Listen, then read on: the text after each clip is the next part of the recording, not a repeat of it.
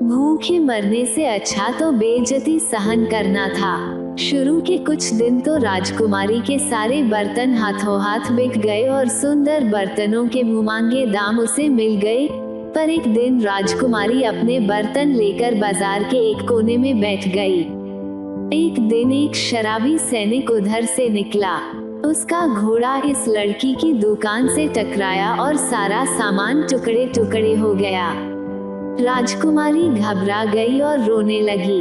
वह बोली, अब मेरा क्या होगा? मेरे पति क्या कहेंगे? वह भागी हुई घर गई और पति को सब कुछ बताया। वह बोला, कौन सोच सकता था कि तुम इतनी बेवकूफ निकलोगी कि मिट्टी के बर्तन बाजार के कोने में लेकर बैठोगी जहाँ से सब आते जाते हैं। पर अब रो नहीं, मैं समझ गया हूँ कि तुम इस काम के लायक नहीं हो।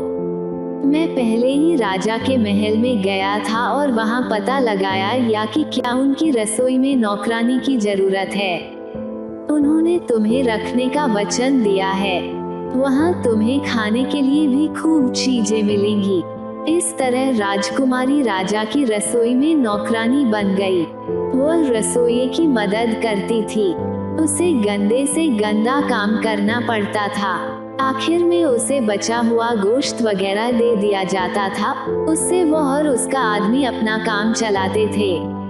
अभी उसे आए हुए बहुत दिन नहीं हुए थे, तभी उसने सुना कि राजा का सबसे बड़ा बेटा उसी तरफ से शादी करने के लिए जाने वाला था। वह भी खिड़की से बाहर झांकने लगी। सब तैयारी थी। सभा की पूरी चमक दमक धूमधाम वहाँ दिख रही थी। वो डहकी होकर अपनी बदकिस्मती के बारे में सोच रही थी। उसे अपने अहंकार की याद करके बेहद डैक हो रहा था, जिसकी वजह से उसे इतना गिरना पड़ा। नौकरों ने उसे बढ़िया गोश्त दिया। इसने उसे अपनी टोकरी में रख लिया ताकि घर ले जा सके। जब वो बाहर निकल रही थी, तभी अचानक राजा का पुत्र मखमली और रेशमी वस्त्र पहने, गले में सोने की जंजीर डाले हुए वहां आया। जब उसने उस खूबसूरत महिला को दरवाजे के पास खड़ा देखा तो उसने उसका हाथ पकड़ लिया और उसके साथ नृत्य करने के लिए कहने लगा। लेकिन उसने इनकार कर दिया और डर गई, क्योंकि उसने देखा कि वो नुकीली ठुड्डी वाला राजा ही था, वो प्रेमी जिसे उसने घृणा के साथ अस्वीकार कर दिया था। उसने अपने आप को छुड़ाने की बहुत कोशिश की, परंतु वह उसे हॉल में खींच कर ले गया। उसकी जेब में बंधी डोरी टूट गई और बर्तन फर्श पर गिर पड़े। सूप इधर उधर बिखर गया।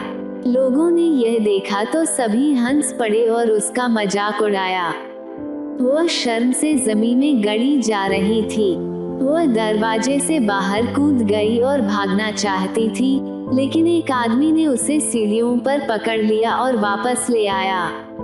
और जब उसने उसकी ओर देखा तो वह फिर से नुकीली ठुड्डी वाला राजा था। उसने दया से उससे कहा, डरो मत, मैं और उस दयनीय झोपड़ी में तुम्हारे साथ रहने वाला भिखारी गायक एक ही हैं। तुम्हारे प्यार के लिए मैंने यह सब कुछ किया, और मैं ही वह शराबी सैनिक था जिसने तुम्हारे बर्तन तोड़े थे। यह सब तुम्हारे घमंडी आत्मा को नम्र करने के लिए किया गया है, और जिस घमंड से तुमने मेरा उपहास किया है, उसके लिए तुम्हें दंड देने के लिए यह सब किया है। तब वो फूट फूट कर रोने लगी और कहने लगी, मैं गलत थी और आपकी पत्नी होने के योग्य नहीं हूँ। लेकिन उसने कहा, धैर्य रखो, बुरे दिन बीत चुके हैं, अब हम अपनी शादी का जश्न मनाएंगे। तब नौकरानियां आईं और उसे सबसे शानदार कपड़े पहनाए, और उसके पिता और उसका पूरा दरबार आया और नुकीली ठुड्डी वाले राजा के साथ उसके विवाह में उसकी खुशी की कामना की, और उनकी सच्ची खुशी अभी शुरू हुई।